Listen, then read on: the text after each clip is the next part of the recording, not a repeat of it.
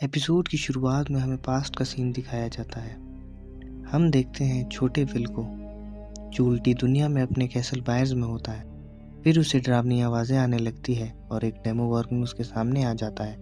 वो उसे घायल करता है और वहाँ से भाग जाता है और एक पेड़ पे चढ़ जाता है। पर डेमोगॉर्गन उसका पीछा नहीं छोड़ता और उसके पीछे पेड़ पे चढ़ने लगता है। फिर वो एक पेड़ से दूसरे पेड़ पे छलांग लगाता है, पर वो टहनी पकड़ नहीं पाता और ज़मीन पे गिर जाता है। फिर डेमोगॉर्गन उसे एक घर में लेके आता है और हम वेक्ना को देखते हैं, जो विल को अपनी जड़ों में लपेट लेता है और एक जड़ से विल के मुंह में कुछ इंजेक्ट करने लगता है। फिर सीन शिफ्ट होता है और प्रेजेंट टाइम में आता है और हम देखते हैं मॉली को। मॉली किसी को हाय कर रही होती है। फिर उसकी मॉम उसे आवाज़ लगाती है और कहती है कि सबको ब्रेकफास्ट के लिए बुला दो। मॉली सबको खाना खाने के लिए बुलाती है और हमें पता लगता है कि विल, जॉयस और जोनाथन भी अब नैन्सी के घर पे ही रहते हैं। फिर ब्रेकफास्ट टेबल पे हम देखते हैं कि मॉली एक किताब पढ़ रही है जिसका नाम है अ रिंकल इन टाइम। फिर सब लोग स्कूल कॉलेज के लिए निकल जाते हैं और जाते समय वो एक शो सुनते हैं जिसे कि रॉबिन होस्ट करती है। शो का नाम होता है स्क्वाक शो। स्टीव भी उसके साथ ही वहाँ होता है। रॉबिन बताती है कि जब भूकंप आया तो सब यहाँ से चले गए, पर मैं नहीं गई और अब हम सबको क्वारंटीन कर दिया गया है और यहाँ बहुत सारी मिलिट्री है। और जो ज़मीन पे दरारें बन गई थी उसे लोहे से जोड़ दिया गया है जहाँ बच्चे स्केटिंग करते हैं। फिर वो अपनी डेट के लिए एक गाना बजाती है और विकी एक गाड़ी में गाना सुन के हंस रही होती है, पर उसी वक्त उसके रेडियो का सिग्नल जाने लगता है। स्टीव कहता है कि अगर मिलिट्री वालों को इतने ताने दोगी तो वो तो तुम्हारा शो बंद कराएंगे ही ना। फिर स्टीव हेंडरसन से कांटेक्ट करता है। हेंडरसन उसे कहता है कि शायद रिमोट रेडियो हेड में कोई खराबी है और हेंडरसन कहता है कि मैनुअल में जाके देख लो और अपना काम खुद करो, क्योंकि मैं हर वक्त तुम्हारी मदद नहीं कर सकूंगा। सीन शिफ्ट होता है और हम हेंडरसन को देखते हैं जिसे एंडी और उसके दोस्त परेशान कर रहे होते हैं क्योंकि उसने हेल्स वायर की टी शर्ट पहनी होती है।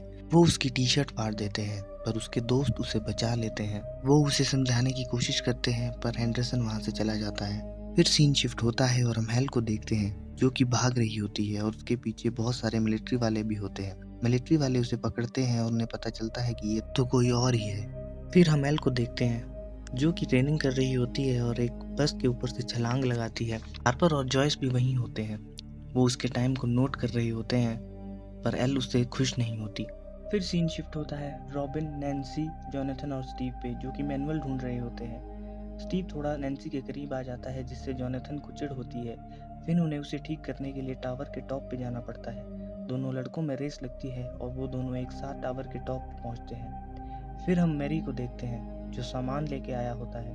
फिर मैरी उन्हें टेलीमेट्री टैग, गोलियां, कुछ बम, एल के लिए गैटोरेट, स्टीव के लिए पीनट बटर और जोनाथन को जैज की एक कैसेट देता है। और फिर वो नैन्सी को लिस्ट दिखाता है जिससे पता चलता है कि मिलिट्री के लोग आज उल्टी दुनिया में जाने वाले हैं और वो वहाँ कुछ बड़ा करने वाले हैं और आज उन्हें क्रॉल करना है।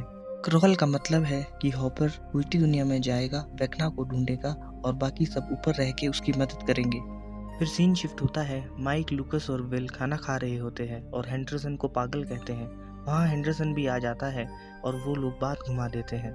फिर रॉबिन शो के जरिए सबको कोर्ट में ये बताती है कि आज रात को क्रॉल होने वाला है। हॉपर, विल, लूकस सब लोग पेन पेपर लेके वो कोड लिखते हैं और उन्हें पता चल जाता है कि आज रात को ही क्रॉल है।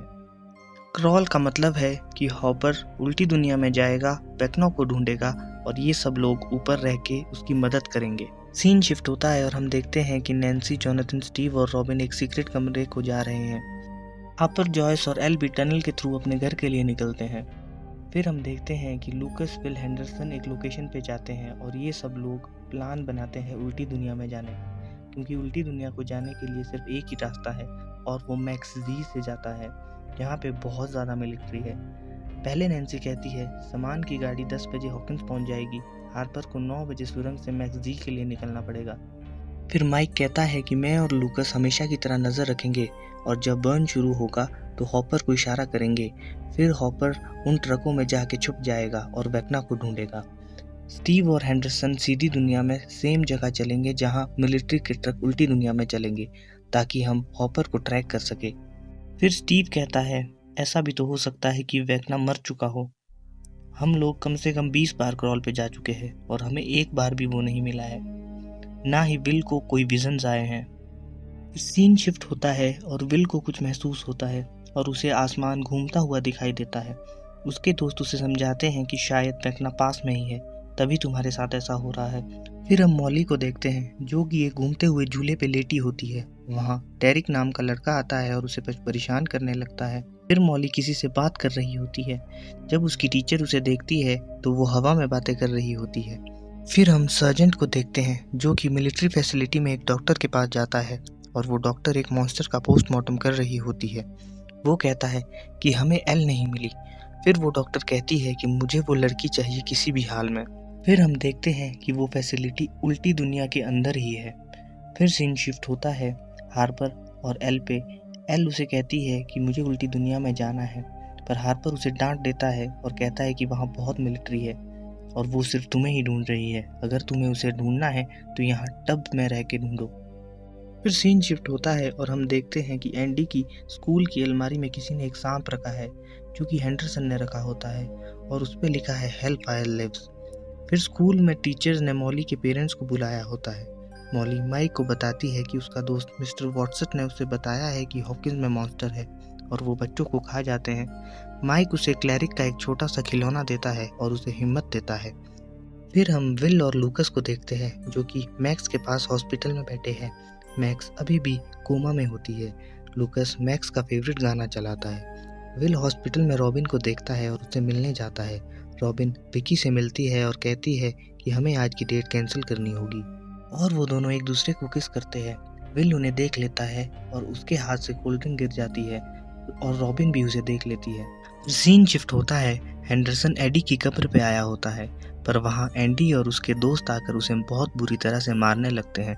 फिर हम देखते हैं कि सब लोग हेंडरसन का इंतज़ार कर रहे हैं। फिर एल, हार्पर और जॉयस भी वहाँ आ जाते हैं और माइक और एल एक दूसरे से बहुत बातें करते हैं। लूकस उन दोनों को बुलाता है और कहता है कि हार्पर जाने के लिए तैयार है। फिर हम देखते हैं कि वो लोग हॉपर को एक ट्रैकर देते हैं, पर हेंडरसन अभी तक आया नहीं होता है, तो हॉपर को ट्रैक कौन करेगा। फिर जोनाथन स्टीव की गाड़ी में जाके हॉपर को ट्रैक करने लगता है। फिर हॉपर निकल जाता है। मॉली उस खिलौने को एक माला में लगाती है और उसे अपने गले में पहन लेती है। फिर उसकी मॉम और डैड उसके बारे में बात कर रहे होते हैं कि आज स्कूल में क्या हुआ, जिससे मॉली सुन लेती है और वो रोने लगती है और बेड पे लेट जाती है। हॉपर टनल से होता हुआ लोकेशन तक पहुंच जाता है। मिलिट्री वाले उल्टी दुनिया के दरवाजे को जलाने लगते हैं। हॉपर उसी का फ़ायदा उठा के उन ट्रक्स में चढ़ जाता है। फिर वो ट्रक्स उल्टी दुनिया में चले जाते हैं। जोनाथन हॉपर को ट्रैक कर लेता है और स्टीव और जोनाथन भी उसी रास्ते चल पड़ते हैं। फिर हम देखते हैं कि ट्रक टकरा जाते हैं। फिर विल को एक विज़न आता है और वो देखता है कि ट्रक की ओर एक डेमोगॉर्गन आ रहा है। वो बहुत सारे सोल्जर्स को मार देता है। फिर हॉपर ट्रक से बाहर निकल जाता है। सारी लाइट्स टिमटिमाने लगती है। यहाँ जॉयस विल को थप्पड़ मार के उठाती है और वो बताता है कि डेमोगॉर्गन मॉली को लेने जा रहा है। फिर एल और नैन्सी मॉली के घर की तरफ निकलते हैं। फिर सीन शिफ्ट होता है मॉली के घर में। मॉली के पापा घर के बाहर गोल्फ खेल रहे होते हैं। उसकी मॉम शराब पी रही होती है। फिर मॉली के कमरे की लाइट्स जलने और बुझने लगती है और हम देखते हैं कि उसकी छत से एक डेमोगॉर्गन निकल आता है। और ये एपिसोड यहीं ख़त्म हो जाता है।